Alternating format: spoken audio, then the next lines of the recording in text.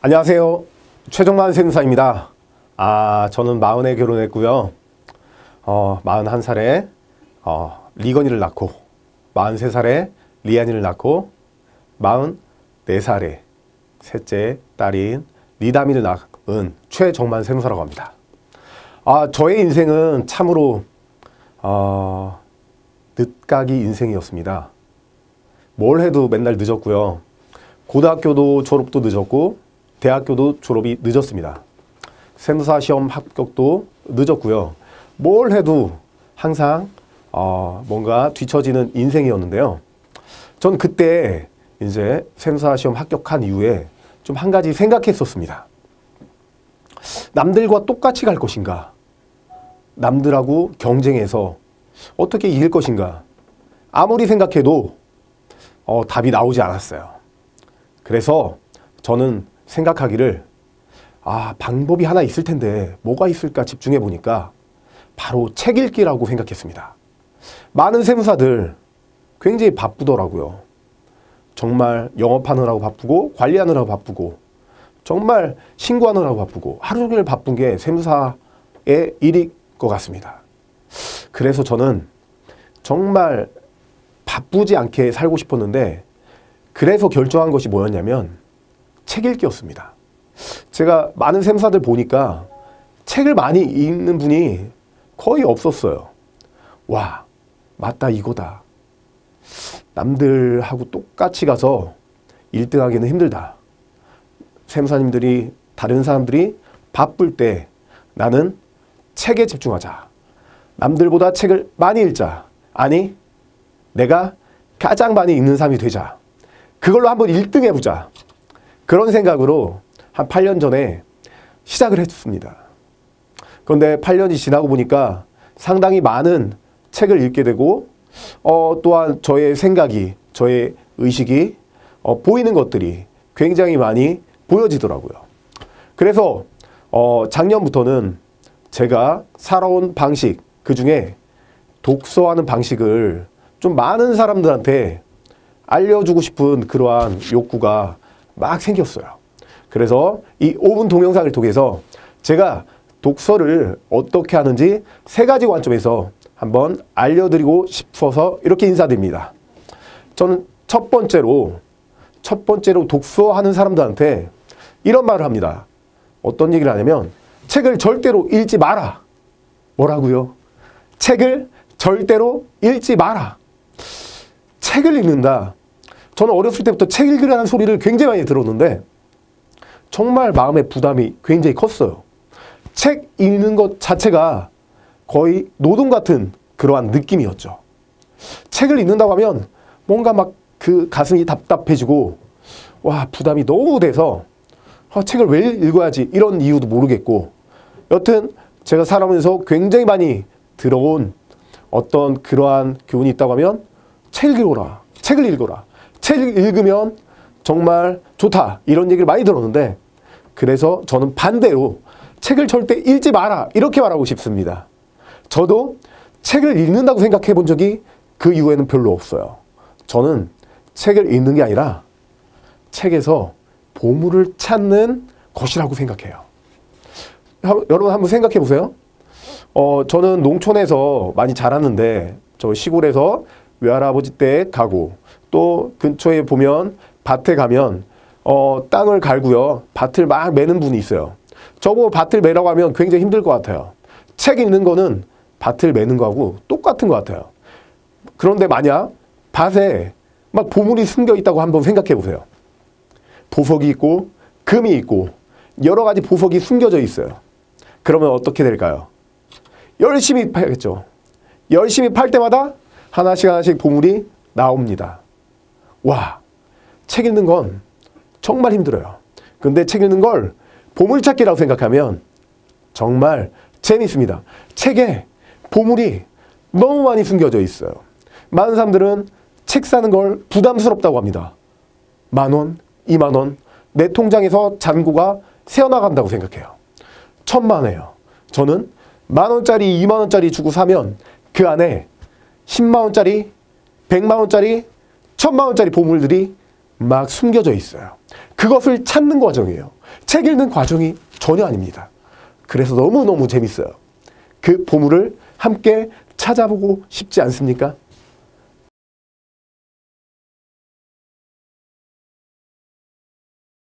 예, 두 번째로 말씀드리고 싶습니다. 두 번째로 말씀드리고 싶은 부분은 저는 세무사 합격 이후에 저의 삶을 정의하자면 책과 함께한 인생이었다고 말씀드리고 싶습니다. 그런데 반대로 제가 만약 책을 가까이 하지 않고 책을 멀리 했다면 어땠을까요? 한번 생각해 보는데 제가 이런 질문을 여러분께 한번 들어보고 싶습니다. 우리는 3차원이라는 공간에 살고 있는 걸까요? 그게 사실입니까? 아인슈타인은 이런 말을 했습니다. 3차원이라는 하나의 차원은 또 다른 차원으로 더 연결되어 있다. 과거, 현재, 미래를 구분하는 이 시간이라는 거죠. 우리 친구들하고 약속 정할 때 어떻게 말하죠? 이렇게 말합니다. 우리 강남역에서 3시에 만날까? 어떻게 말하죠? 장소와 시간을 같이 말하죠. 강남역에서 만나자. 언제 만날 수 있을까요? 만날 수가 없죠. 우리는 이렇게 공간과 시간이 합쳐진 시공간에 살고 있습니다. 그런데 사람들은 왜 시간이라는 네 번째 차원을 잘 인식하지 못할까요? 그것은 바로 우리의 눈이 3차원밖에 보지 못하기 때문이에요. 한번 제가 예시를 들어볼게요. 세모, 네모, 동그라미가 2차원이라는 세상에서 2차원이라는 집에 살고 있었어요. 그런데 3차원이라는 어떠한 코끼리가 2차원 집에 놀러 온 거예요. 그때 세모와 네모와 동그라미가 이 코끼리를 어떻게 인식할까요? 저는 감히 상상하지 못할 것 같아요. 코끼리를 2차원의 세상의 사람들이, 아니 네모, 동그라미, 세모가 코끼리를 도저히 인지할 수 없죠. 코끼리도 그럴 거예요. 3차원에 있는 코끼리가 내 자신을 설명하고자 하는데 2차원의 어떤 동그라미는 도저히 이해가 불가능한 거예요. 맞습니다.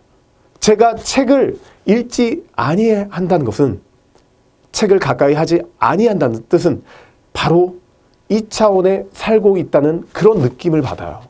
저는 책을 통해서 새로운 세상이 있고 새로운 차원이 있다는 것을 매일매일 경험하게 됩니다. 저하고 같이 한번 독서 여행을 함께 하고 싶지 않으십니까?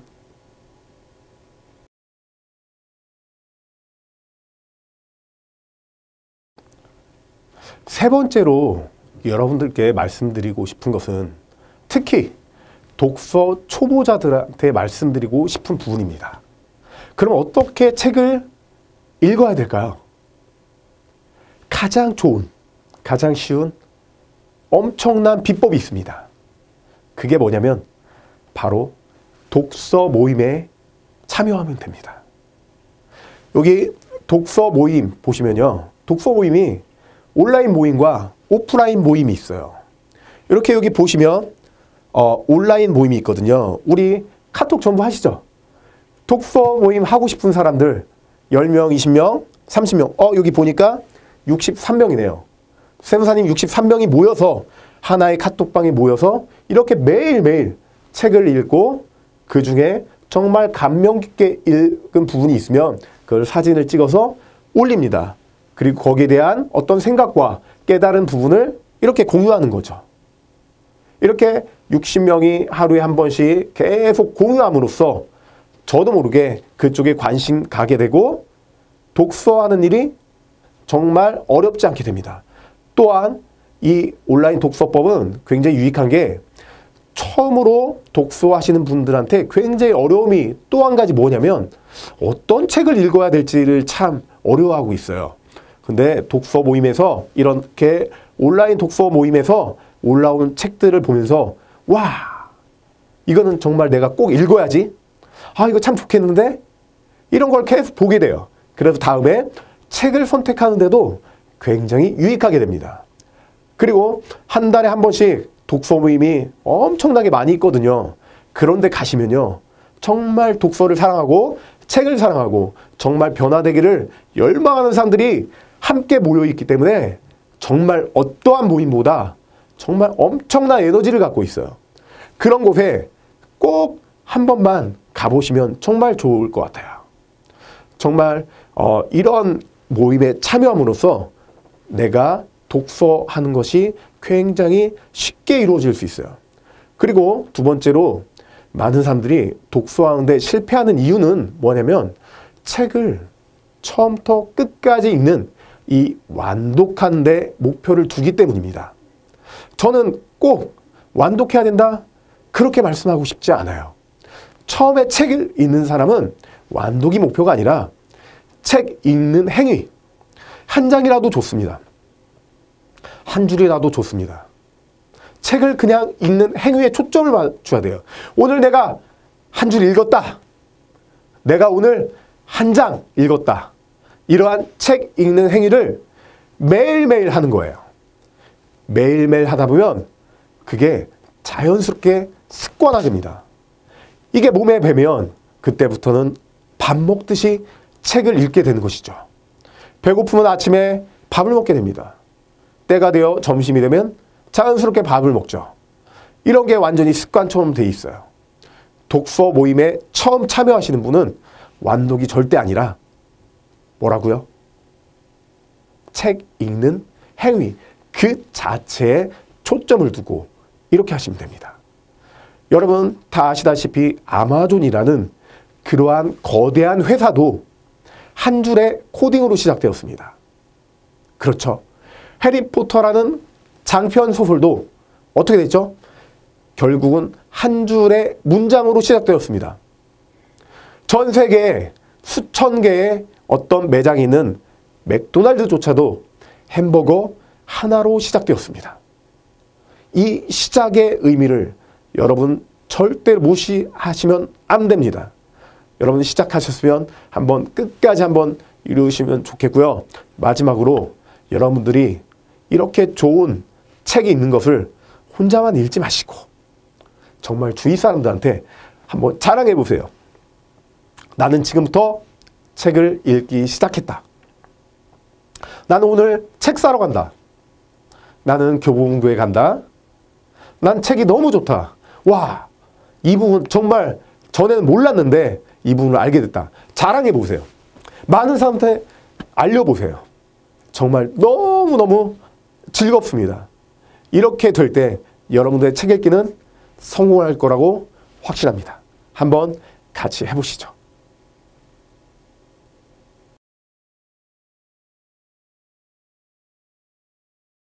예, 벌써 마지막인데요. 이번 마지막에는 최정만, 저만의 독서법, 저만의 특이한 독서법에 대해서 잠깐 말씀드리고 싶습니다. 많은 사람들이 책을 몇 권 읽는지, 한 달에 몇 권 읽는지 이 숫자에 상당히 많이 집착하는 사람이 있어요. 저는 책을 몇 권 읽는지 그렇게 집착하지 않습니다. 그리고 실제로 그렇게 중요하지 않고요. 저는 되게 좋아하는 숫자가 있어요. 처음에 시작할 때. 저는 반드시 한 달에 20권 정도는 책을 산다는 목표를 가지고 있었어요. 다시 한번 말씀드릴게요. 책을 읽는 목표요? 아닙니다. 저는 책을 사는 목표를 세웠어요. 책을 읽지 않아도 되었어요. 한 달에 20권씩 계속 사는 거예요. 한번 생각해 볼게요. 제가 이번 달 30권 샀어요. 그 다음 달 20권 샀어요. 또 30권 샀어요. 20권 샀어요. 이제 책장에 100권 채워졌습니다. 하나도 안 읽었어요. 잘못한 걸까요? 아닙니다. 책을 계속 사게 되면 어떻게 되죠? 한 권은 읽게 됩니다. 저는 책 사는 걸 계속 한 달에 꾸준히 20권 이상씩 사는 걸 목표로 해왔고 실제로 계속 지켜왔습니다. 이렇게 어떤 읽을 수 있는 책 읽는 걸 목표로 할 때 굉장히 부담이 되는데 책 사는 거 너무 쉽거든요. 책 사는 거 너무 쉽습니다. 근데 또 어떤 분은 이런 말을 해요. 책 읽지 않고 책만 사면 아깝지 않느냐. 전 전혀 아깝지 않아요. 전 이런 말씀을 드리고 싶어요. 우리 가족이 지금 5식구인데 만약에 사과가 하나가 있습니다. 사과가 만약 하나 있다고 하면 이건 누가 먹을 수 있을까요? 만약 제 아들이 하나를 먹었다고 가정해 봅시다. 나머지 4명은 아무도 못 먹는 거죠. 그렇죠. 이 책은 사과하고 정말 달라요. 제가 100권, 200권, 300권을 사는 순간 나의 책이기도 하지만 그 책은 바로 내 아들의 책이기도 하고 제 딸의 책이기도 하고 제 와이프의 책이기도 합니다. 한 권을 사는 순간 5명한테 복제되는 거죠. 이렇게 놀라운 복제 현상이 일어나는 거예요. 책 어때요? 사는 거 아까워하시겠습니까? 전 절대 아까워하지 않고요. 책을 아직도 지금까지 꾸준히 계속 사고 있습니다. 저의 독서법 첫 번째는 좀 힘든 어떤 책 읽기에 목표를 두는 것이 아니라 책 사는 거에 목표를 두어라. 그러면 언젠가는 읽게 되어 있다. 두 번째로 저는 책 읽는 게 참 특이합니다. 다른 사람도 그럴 뿐이 있는데요. 저는 세무사 공부하면서 회계학 10회도, 세법학 10회도, 삼법 10회도 이렇게 딱 한 번 읽고 이해하는 것이 아니라 계속 반복해서 읽었어요. 그러면서 전에 몰랐던 것을 알게 되고요. 마찬가지입니다. 우리가 책을 한번 읽게 되면 그 당시에는 이해할 수 없는 것들이 좀 있어요. 그래도 상관없습니다. 저는 좋은 책이라고 생각되는 거는 주기적으로 계속 반복해서 읽습니다. 어떤 때는 데일 카네기의 어떤 인간관계론이라는 책을 꺼내봅니다. 그걸 한 30분 정도면 읽을 수 있어요. 왜냐면 그 전에 제가 몇 번이고 읽어가지고 줄쳐서 정말 중요한 부분을 표시해놨기 때문에 제가 계속 꺼내 읽는 거예요. 전 책 한 권을 어떤 건 10분이면 보기도 해요. 어떤 부분은 30분 되기도 해요. 저는 책을 이렇게 병행해서 나가는 거예요. 새로운 책을 계속 읽기도 하지만 예전에 좋았던 책, 나한테 감명 깊었던 책을 계속 중간중간에 꺼내서 읽는 거예요. 마치 소가 되새김질 하듯이요. 어때요? 괜찮겠죠? 여러분도 한번 해보세요. 한 번 읽고 버리는 것이 아니라 그것을 계속 꺼내서 반복해서 읽다 보면 정말 또 다른 세계가 열려집니다. 저는요, 또 세 번째로 저는 특이한 게 하나 있어요. 저의 자녀는 정말 제가 41살에 43살에 44살에 낳았기 때문에 정말 저는 아이들 볼 때마다 너무 눈물 날 정도로 정말 기쁨이 있고 되게 좋거든요. 저는 아직 아이들이 아빠의 말을 잘 이해 못하고 글도 못 읽지만 전 미래로 가서 저는 책을 통해서 아이들과 대화를 합니다. 어떻게 대화하냐고요? 저는 책을 읽다 보면 와, 이 부분은 나의 아들이 나중에 꼭 알았으면 좋겠다. 이런 부분이 있으면 저는 책 옆에다가 여백에다 살짝 메모합니다. 니거나, 니아나, 리다마. 아빠는 이때 책을 읽었는데 나중에 읽게 되겠지만 아들이, 딸이 이 부분은 정말 깨닫고 정말 마음에 담아두고 실천했으면 좋겠다. 이렇게 살짝 메모를 둬요. 이런 상상을 하면 너무 즐거워요. 어느 날 10년 뒤에 20년 뒤에 저희 아들이 책을 읽다가 아빠가 쓴 조그만 메모를 보게 되는 날이 있겠죠. 이때 아들이, 딸이 그 글귀를 보고 어떻게 생각할까요? 저는 이렇게 책 읽으면서 미래의 아이들과 이렇게 대화를 합니다. 어때요? 여러분들로 하고 싶죠? 저는 또 네 번째로 굉장히 큰 꿈이 있어요. 이 큰 꿈은 저만의 꿈이기도 해요. 여러분들은 어떻게 생각할지 모르겠지만 저희 굉장히 큰 꿈은 저희 자녀들한테 두 가지를 꼭 물려주고 싶은 게 있어요. 첫 번째는 유튜브입니다. 저희는 첫째가 태어날 때부터 저희 아들이 있는데 아들이 태어나는 장면부터 지금까지 계속 동영상을 찍어서 유튜브에 올리고 있어요. 날짜, 상황, 이름 이렇게 해서 올려두면 유튜브에서 이름을 치면 최리건, 최리안, 최리담을 치면 동영상이 검색돼요. 지금까지 약 한 700개를 올려놨죠. 저는 앞으로도 이걸 계속 할 겁니다. 1만 개의 동영상이 올라갈 때까지. 이 동영상을 통해서 아빠와 아이들과 대화하고 이 아빠와 엄마와 가족과 우리 형제들이 함께 추억했던 것을 아이들한테 유산으로 물려주고 싶은 거예요. 두 번째로 책 1만 권을 목표로 하고 있습니다.